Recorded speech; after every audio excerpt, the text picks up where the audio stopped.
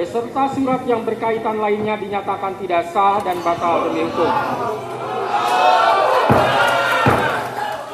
Pengadilan Negeri Bandung mengabulkan permohonan pra-peradilan Peggy Setiawan atas penetapannya sebagai tersangka. Dalam sidang, Hakim Eman Sulaiman mengabulkan seluruh permohonan Peggy Setiawan. 1. Mengabulkan permohonan pra-peradilan pemohon untuk seluruhnya. 2. Menyatakan proses penetapan tersangka kepada pemohon berdasarkan surat ketetapan nomor S/90-5 Romawi /124/2024 tanggal 21 Mei 2004 atas nama Peggy Setiawan beserta surat yang berkaitan lainnya dinyatakan tidak sah dan batal demi hukum.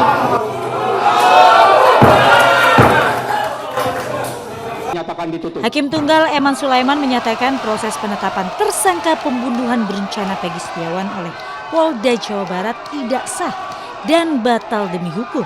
Dalam proses penyidikan, Peggy belum pernah diperiksa sebagai calon tersangka. Hakim Eman Sulaiman memerintahkan penyidik Polda Jawa Barat untuk melepas dan memulihkan harkat martabat Peggy seperti semula. Menanggapi keputusan hakim, kuasa hukum Peggy Setiawan Tony RM menyatakan keyakinannya atas kesalahan penetapan tersangka Peggy Setiawan.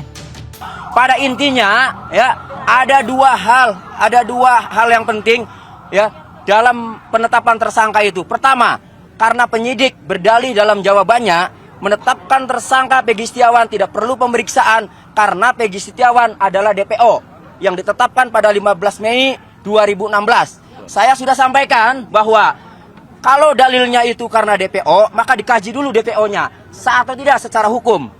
Ditetapkan DPO pada tanggal 15 September 2016, berarti saat itu masih berlaku Peraturan Kapolri nomor 14 tahun 2012, di mana dalam pasal 31 ya, tersangka yang dipanggil 3 kali guna pemeriksaan penyidikan perkara kemudian tidak datang dan keberadaannya tidak diketahui, maka dimuat dalam daftar pencarian orang dan dibuat surat pencarian orang.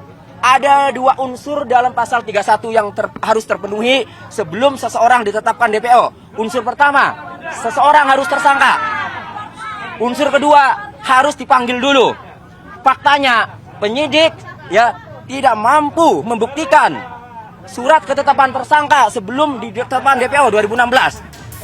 Sementara pihak tim hukum Polda Jabar menghormati putusan Majelis Hakim Pengadilan Negeri Bandung. Tim Polda Jabar akan segera menjalankan putusan pengadilan.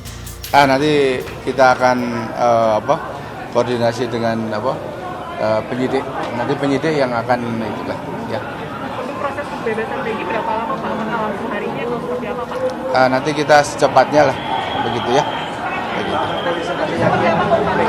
Kenapa? Kompensasi yang didapatkan oleh Peggy akan seperti apa Pak? Nanti kalau misalkan dari putusan hakim juga, bukan dari kita. Tadi tidak menyebutkan istilahnya ganti rugi segala kan begitu. Jadi untuk dihentikan penyidikan, kemudian segera dibebaskan. Itu aja. Ya. Jadi kita tetap patuh ya apa yang disampaikan oleh hakim. Selanjutnya pihak kuasa hukum Peggy Setiawan bersiap untuk menjemput Peggy di rutan Polda Jabar.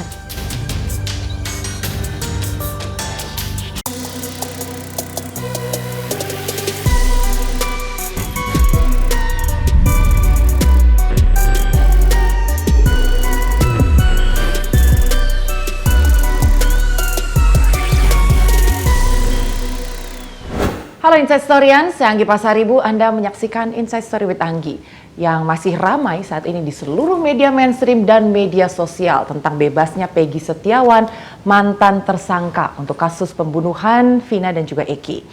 Karena baru-baru ini Majelis Hakim akhirnya menggugurkan status tersangka Peggy. Meskipun sebenarnya masih bisa sih Peggy ini dijadikan tersangka lagi kalau ternyata ada bukti baru. Dan saya nggak terbayang bagaimana Peggy saat itu selama 49 hari merasakan dinginnya sel tahanan dan juga tekanan yang diberikan oleh tim penyidik. Jadi paling nggak untuk sejauh ini sampai saat ini rasanya nggak salah kalau Peggy bisa menikmati kebebasannya dengan pulang ke kampung halaman. Peggy, tapi aku boleh ya ngobrol-ngobrol sedikit aja sama Mas Peggy ya. Mas Peggy, jadi kan semua orang banyak yang penasaran nih. Waktu itu ucuk-ucuk Mas Peggy ditangkap gitu kan. Boleh diceritain nggak sih Mas, awalnya tuh ketangkapnya tuh gimana waktu itu? Awal kali saya ketangkap itu pas pagi hari, saya kan udah janjian sama yang punya rumah tuh, sama mantan bos. Jadi saya suruh mampir ke rumahnya main. Kebetulan kan beliau mau ngasih kerjaan ke saya buat ngecat di rumah itu. Nah, kemudian saya mengiyakan, ya udah nanti jam 9 saya sana ke rumah. Kata betul, ya udah saya ditunggu di rumah siap. Nah, kemudian saya jam 9 OTW langsung jam pagi. OTW ke rumah si majikan itu. Terus saya sampai di sana kan udah ketemu tuh. Udah kamu tungguin di sini dulu ya, tungguin si Dede katanya. Nanti pulang sore kan si ibunya kan pulang kerja. Sore kamu boleh pulang. Pas iya itu udah nggak apa-apa. Saya di situ ada sama anak-anak. Saya nungguin anak-anak itu. Kemudian pas jam 3 sore ibunya udah pulang. Jadi Mas Peggy waktu itu datang jam 10 pagi, Jam 9. jam 9 pagi itu nggak tahu apa-apa tuh ya? Iya. Emang nggak ada tanda-tanda di situ. Iya. Kayak terus. Setelah itu saya sesampainya di rumah majikan saya itu jam 10 siang. Nah, jam 10 siang udah sampai, terus saya juga langsung gitu tuh, ya udah nih tungguin dulu sebentar, nanti paling cuma sehari kamu nggak apa-apa kan? Saya nggak apa-apa, saya mengiyakan, ya udah nggak apa-apa, karena saya sama beliau itu udah akrab banget, jadi beliau itu udah menganggap saya sebagai adik dan saya juga menganggap beliau itu Kayak sebagai bapak. kakak, Oh gitu. ya. Jadi ya bilang apa kasih nggak keberatan gitu. Kemudian nanti nungguin si Tete, kan saya manggilnya ke ibunya, ke Tete. Tete pulang kerja, nanti kalau bisa Tete pulang kamu boleh pulang. Bilang nggak apa, saya nungguin situ selama nunggu sampai jam 3 sore itu ya kita jaga bahan bareng, misalkan masakin makanan buat anak itu bareng, terus ya bercanda bareng lah. Terus jam 3 kan di bola jam 3 itu, jam 3 si istrinya itu datang. Katanya tuh ya si A-nya tuh belum pulang, nggak ada yang jemput gitu. Terus saya tuh langsung sih menyakan, yaudah Bu saya aja yang jemput deh gitu. Gak apa-apa emangnya, gak apa-apa. Terus saya nelpon A-nya tuh, si kakaknya sih biar gue aja jemput gitu. Emang gak apa-apa, ya udah. Terus saya langsung OTW, sampainya di tempat sekolah itu sekitar jam 4-an, jam 4 lebih lah, jam 4 lebih. Terus ada yang foto-foto tuh, foto-foto cekir-cekir depan saya, belakang saya. Saya kira tuh orang apa sih, orang narsis sama selfie gitu lah. Saya kira orang selfie itu biasa tuh. Jadi saya nggak menghiraukan, biarin aja, tetap saya nungguin sampai keluar. Baru udah keluar saya langsung bawa ke rumah neneknya. Kan perjanjiannya nanti ketemu di rumah neneknya aja gitu. Kan rumah neneknya dekat di belakang itu, depan sekolah. Bawa ke situ, terus sesampainya itu sekitar berapa menit, nggak ada 30 menit, sebentar lah pokoknya. 5 menitan itu baru si bapaknya itu datang. Datang parkir motor, terus ngobrol sama saya gini-gini sebentar. Lalu udah mau maghrib tuh sih. Terus saya, ya udah saya mau wudu dulu ya. Oh iya, saya mau wudu. Pas ketika saya mau wudu itu langsung digerebek. Jadi setelah wudhu tuh? Iya. Digerebek. Berapa langsung. orang yang datang Mas? Banyak itu, banyak banget. Rombolan banyak. Terus Mas Peggy kaget dong di situ? Kaget Ada banget. apaan nih gitu? Kenapa katanya langsung gue pada yang ngomong macam-macam ini yang pembunuh ini, terus yang punya rumah, bahkan yang punya rumahnya aja seret-seret, si A-nya itu udah seret-seret. Oke. Padahal dia marah dong, apa-apaan ini kamu? Saya juga anggota, kata si yang punya rumah, kamu gak sopan ini. Pasti itu nggak menghiraukan gitu, mereka tuh tetap aja nyeret-nyeret, terus langsung naikin saya ke motor. Saya kan langsung dibawa tuh sama salah satu Personil ya? Iya, personil bawa langsung saya keluar, dibawa ke Polsek, dibawa ke depan jalan raya gede itu. Terus masukin ke mobil, dari situ mobil jalan, dibawa ke Polsek Bojong Luar Kali Bandung. Setelah di sana saya turunin, dimasukin sebentar, dilakban, keluarin lagi, dibawa ke Dilakban mulutnya atau mata? Mata, dilakban mata, terus kan dilakban luar mata, borgol, terus langsung saya masukin ke mobil, lalu dibawa ke Polda. Terus begitu nyampe di Polda, dibuka lagi Ya, terus langsung lanjut BAP. Setelah BAP kan ya terjadilah pemukulan kecil sambil ini diinjak. Terus ya seperti itu dia BAP lagi sampai pagi, sekitar jam 4 pagian lah, sampai jam pagian. Ditanya apa tuh Mas waktu itu? Ya campur-campur, ditanya gini-gini, kenapa melakukan ini, kamu kenal nggak sama ini. Saya membantah semua karena saya merasa emang saya tidak kenal, emang saya tidak pernah melakukan apapun, apalagi kejahatan yang seperti dituduhkan sebagai pembunuh, pemerkosa ini. Ya saya bantah terus. Mungkin mereka kesel, jadi ya mereka melakukan pemukulan seperti itu. Jadi tetap aja saya nggak ngaku, emang saya nggak ini kok dituduhkan sebagai kamu perong gitu. Saya nggak pernah sama sekali dipanggil perong. Kamu nggak ngaku ini perong. Kamu tuh segala tekanan tuh berupa tekanan batin tuh, tekanan mental tuh luar biasa sih. Jadi kalau misalkan saya dipanggil perong terus saya nggak nengok tuh, nanti dia marah. Goblok, kamu kalau dipanggil yang apa nggak sopan gitu, nggak sopan, nggak noleng nggak apa, kamu tuh goblok. Pernah dilempar pakai aqua gelas. Buat jadi nengok gini kan, nengok gini. Tuh kan kau bener perong. Seperti itu.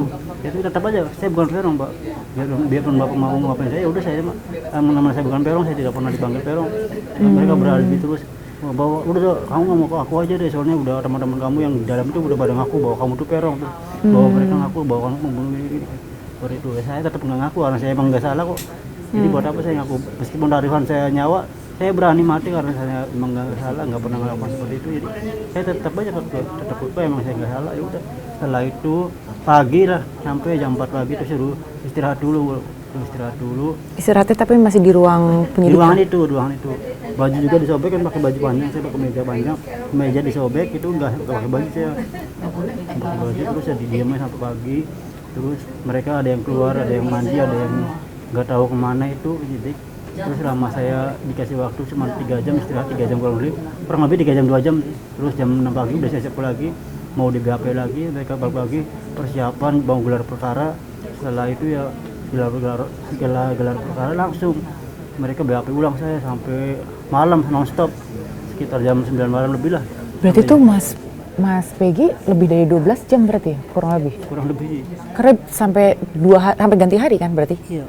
BAP terus. Hanya di BAP terus-terusan. Iya, terus-terusan. BAP juga pertanyaan tuh kan 3 penyidik itu. Ini nanya tuh saling bersamaan gitu. Jadi saya juga bingung jawabnya mana. Kalau jawab sini, ini manggil gini, saya jawab ini manggil gini. Dia kondisinya itu benar-benar saat itu mental tuh yang benar-benar down. Dibikin capek. Bikin capek sendiri. Udah nggak istirahat, badan udah capek, pikiran juga udah gak, ibaratnya udah gak tenang gitu. Jadi ya saya benar-benar down. Untungnya aja saya masih bisa mengontrol mental saya. Jadi saya masih bisa ibaratnya masih bisa mempertahankan keyakinan saya. Iya. Dikasih makan nggak Mas Peggy? Makan dikasih makan pas udah mau selesai BAP itu, udah makan dulu tuh, minum dulu itu. Harusnya saya udah kenyang. Iya. Dan pada saat itu kan sempat baca juga Mas Peggy kan sempat ditahan ya 49 hari ya. Selama 49 hari itu yang dialami Mas Peggy apa? Selama ditahan? Selama 49 hari. Awal pertama masuk memang perlakuan si tahanan itu ya pada menyorakin, pada membuli itu. Terus ya penjaga juga sama sih, hampir pada membuli. Tapi pemukulan nggak ada, membuli, mencaci maki itu. Bahkan disiarin langsung ke TV itu. Akan ada tuh. Oh iya, yang sempat. Iya, TV disiarin gini. Inilah pembunuh perong. Iya, otak utama. Wah, di situ pada bersorak semua tuh. Mati. Ada tahanan lain. Ke ruangan B3, terus ya udah setelah itu beberapa hari kemudian mereka tuh berangsur-angsur ini mulai pada percaya sama saya, pada baik itu. Diawali dengan para petugas yang sering setiap hari itu rutin ada yang foto-foto, lihat foto ini, foto seluruh tubuh, lihat ini. Mereka tiap hari rutin, setiap hari itu hampir ada 10 orang yang foto gini. Nggak tahu ngecekin apa. Saya juga kadang-kadang suka bingung sih sampai sendiri. Kan nggak ada bosan-bosannya foto-foto saya gitu. Satu hari sampai 10 orang bolak-balik foto. Mungkin untuk ngecek identitas diri di badan seperti yang dilaporin kan. Terus ada yang bilang beda, kayak ngomong sama temennya. Oh gitu. Iya belum itu. Terus ada lagi yang keluar lagi nanti yang hari berikutnya ngomong lagi, iya beda gitu. Nah kemudian setelah itu baru petugas itu udah mulai baik, udah mulai baik dan sampai saat ini pun mereka baik sekali. Jadi setelah kejadian itu langsung mereka tuh ada makanan apa harus dikasihin. Terus mereka ya di dalam juga emang perlakuan sangat baik sih buat semua tahanan tuh. Jadi mereka tuh para petugas, para pawas dan para bawahan-bawahannya itu ya selalu mengedukasi bahwa kita untuk sholawatan terus, untuk memperdalam ilmu agama lah. Contoh misalkan setiap hari nih hampir setiap maghrib itu di yasinan sampai isya.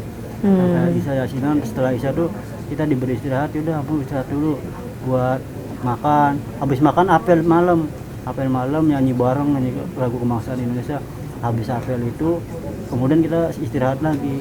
Nah istirahat lagi petugas pada karaokean, diajak karaokean. Ayo kita karaokean dulu, jangan mikirin masalah kalian di sini, pokoknya kalian harus belajar untuk bisa lebih baik lagi agar bisa keluar itu bisa jauh lebih baik. Oh, berarti sebenarnya pada saat beberapa hari ditahan, suasananya udah jauh lebih mending ya, lebih Iya, bagus. mending. Mas Peggy, berapa orang dalam satu sel di situ?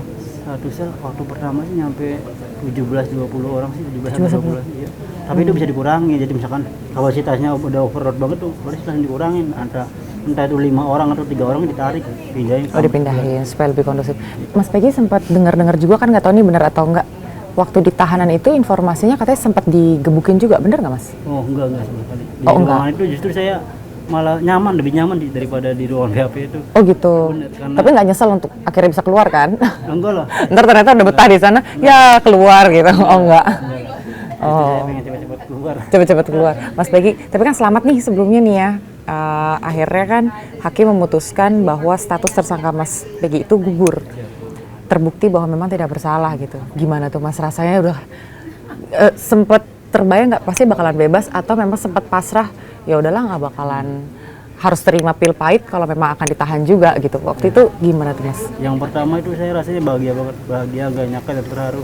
Emang gak nyangka awal ya? Iya, karena apa ya, saya awalnya sempat pesimis karena ibaratnya gini, saya kan orang nggak mampu, keluarga saya orang nggak mampu buat nyewa pengacara, nggak mampu Iya. buat apapun itulah dalam segi finansial. Jadi saya pesimis, lawan saya ini orang gede gitu, para pejabat. Jadi kemungkinan saya nggak bakal mampu melawan. Jadi saya pasrah aja. Jadi bakal terus pasrah, saya terus berdoa meminta pertolongan sama di atas. Terus saya tuh rutin banget berdoa terus, yasinan bareng terus saya bareng. Alhamdulillah diturunkanlah ada Bu Yanti sama kolega yang pertama itu Mas Adnan yang mau bersedia untuk pertama kali membantu saya. Nah setelah itu beberapa hari kemudian baru pengacara lain banyak yang datang, katanya itu banyak yang kasih mau, dukungannya. iya, mau gabung katanya. Saya tahu juga dari itu tahanan yang baru masuk. Jadi ada tahanan yang baru masuk hari ini, pas besoknya cerita sama saya, Peggy kamu hebat. Kenapa? Di luar tuh orang berita kamu banyak masyarakat Indonesia sekarang mendukung kamu.